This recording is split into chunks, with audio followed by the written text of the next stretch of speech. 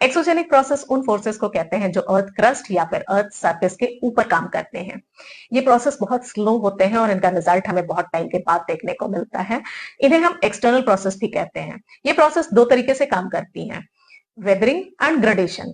Weathering यानी अपक्षय का मतलब होता है breaking up of the rocks, यानी कि रॉक्स का टूटना। ग्रेडेशन का मतलब होता है levelling of the earth surface, धरती का समतल करने की प्रक्रिया।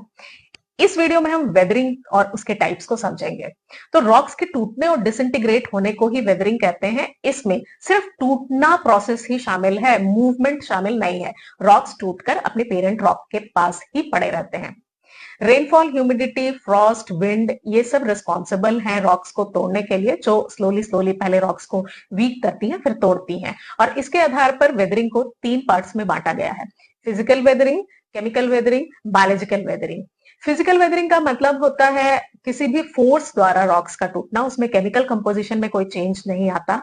इसे हम मैकेनिकल वेदरिंग भी कहते हैं। ये 3 तरह की होती है।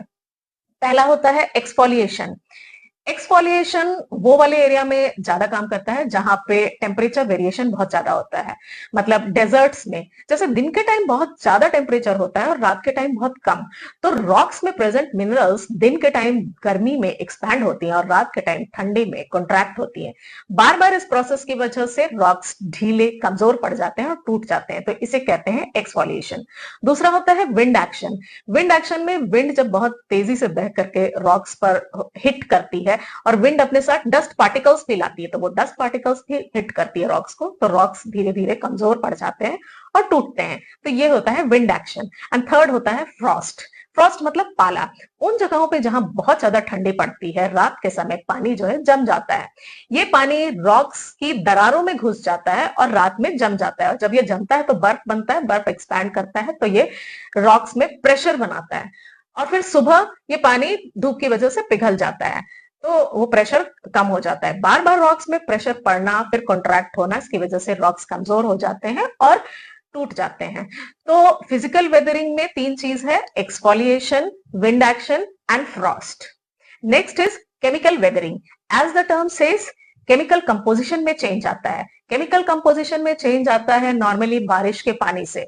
बारिश जब होती है, एयर में प्रेजेंट कार्बन डाइऑक्साइड इसमें मिल जाता है, और जब ये कार्बन डाइऑक्साइड रेन वाटर में मिल जाता है तो एक weak solution of carbonic acid बनता है। और अगर उस एरिया में लाइमस्टोन पाए जाते हैं और उनमें दरारें होती हैं, तो उनकी दरारों में ये पानी घुस जाता है और फिर लाइमस्टोन के कैल्शियम कार्बोनेट को अपने आप में डिसॉल्व कर लेता है, जिससे कि लाइमस्टोन वीक पड़ जाता है एंड टाइम के साथ साथ वो टूट जाता है। तो इस तरीके से जब रॉक्स की केमिकल कंपोजिशन चेंज होती है तब वो वीक होकर टूटते हैं, तो उसे कहते हैं केमिकल वेदरिंग।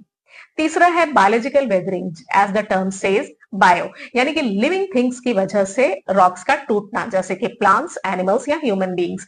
प्लांट्स जब ग्रो करती हैं तो उनकी जड़ें जो है वो सॉइल में फैलती हैं और रॉक्स पे प्रेशर बनाती हैं, रॉक्स कमजोर हो जाते हैं और टूट जाते हैं। Same way animals, burrowing animals खास करके जब वो बरोज बनाते हैं तो वो सॉइल का जो आवरण होता है रॉक्स पे, जो कवर होता है, उसे हटा देते हैं, रॉक्स बेयर हो जाती हैं, तो उस पे दूसरे फैक्टर्स बड़ी तेजी से काम करते हैं और वो टूट जाते हैं। एंड ह्यूमन बीइंग, आपको ऑलरेडी पता है कि माइनिंग या फिर कंस्ट्रक्शन की वजह से रॉक्स को तोड़ते रहते हैं, तो इस तरीके से बायोलॉजिकल वेदरिंग होती है। होप वेदरिंग वाला कॉन्सेप्ट क्लियर हो गया होगा। अगर क्लियर हुआ तो इस रील को अपने फ्रेंड्स के साथ फटाफट शेयर करो।